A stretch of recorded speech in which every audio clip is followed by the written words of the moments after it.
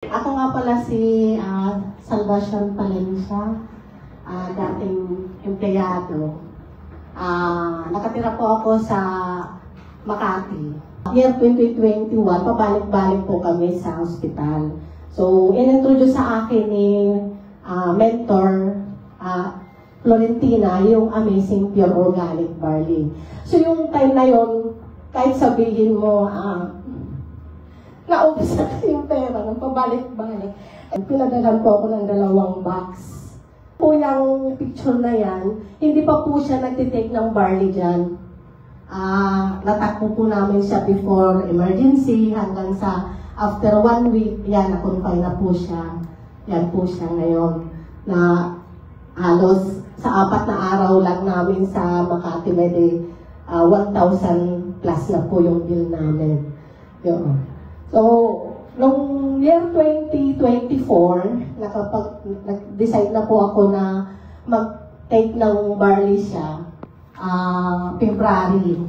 So, noong February, nakita namin yung improvement ng kanyang health dyan sa barley. Ayan po siya, after and before na po siya yan, ng mga kuha ng picture niya, tinamang payat po niya. Iba pala pag yung pamilya mo na yung may sakit, halos magdamag ang kaba ng dibdib ko, nasa lalamunan ko. Hindi matanggal-tanggal. Yan po siya. Ayan. Yung, June 2024, binalik ko po siya ulit ng doktor. Medyo nabawasan po yung gamot niya. Instead na 12 na klaseng gamot niya, naging 9 na lang na klase. So, nag-decide na, tinuloy-tuloy pa rin namin yung barley. So, nag-decide po ako na hindi ko muna siya ipa-doktor ulit. Binalik ko siya noong November, year 2024. So, yung mga result niya, naging negative na. Wow. Oo. Naging normal na po yung liver niya. Nawala na po yung insulin niya, tsaka yung metformin niya. Yun. Hindi sila makapaniwala sa result ng aking asawa.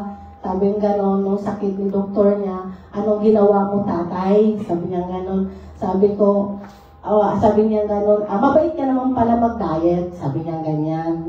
Tapos sabi ko, okay naman po siya, mabait naman, sumusunod. So, noong December, dahil hindi sila makapaniwala sa resulta ng ng aking asawa, ng mga laboratory niya, pinabalik kami ulit one month, December last year.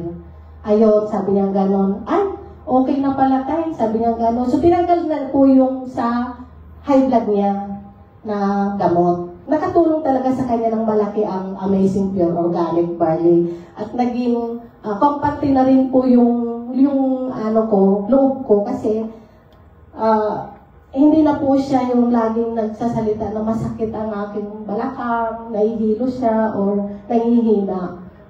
Kasi pag doon ang naririnig ko siya, parang grabe, para akong binabagsakan ng mundo. Magaling po kami last Monday sa isa niyang indo at saka sa isa niyang kidney. Okay naman po, normal naman po lahat. Kaya continuous lang po yung kanyang barley. Dahil sa Amazing Pure Organic Barley, laking tulong talaga sa aking asawa.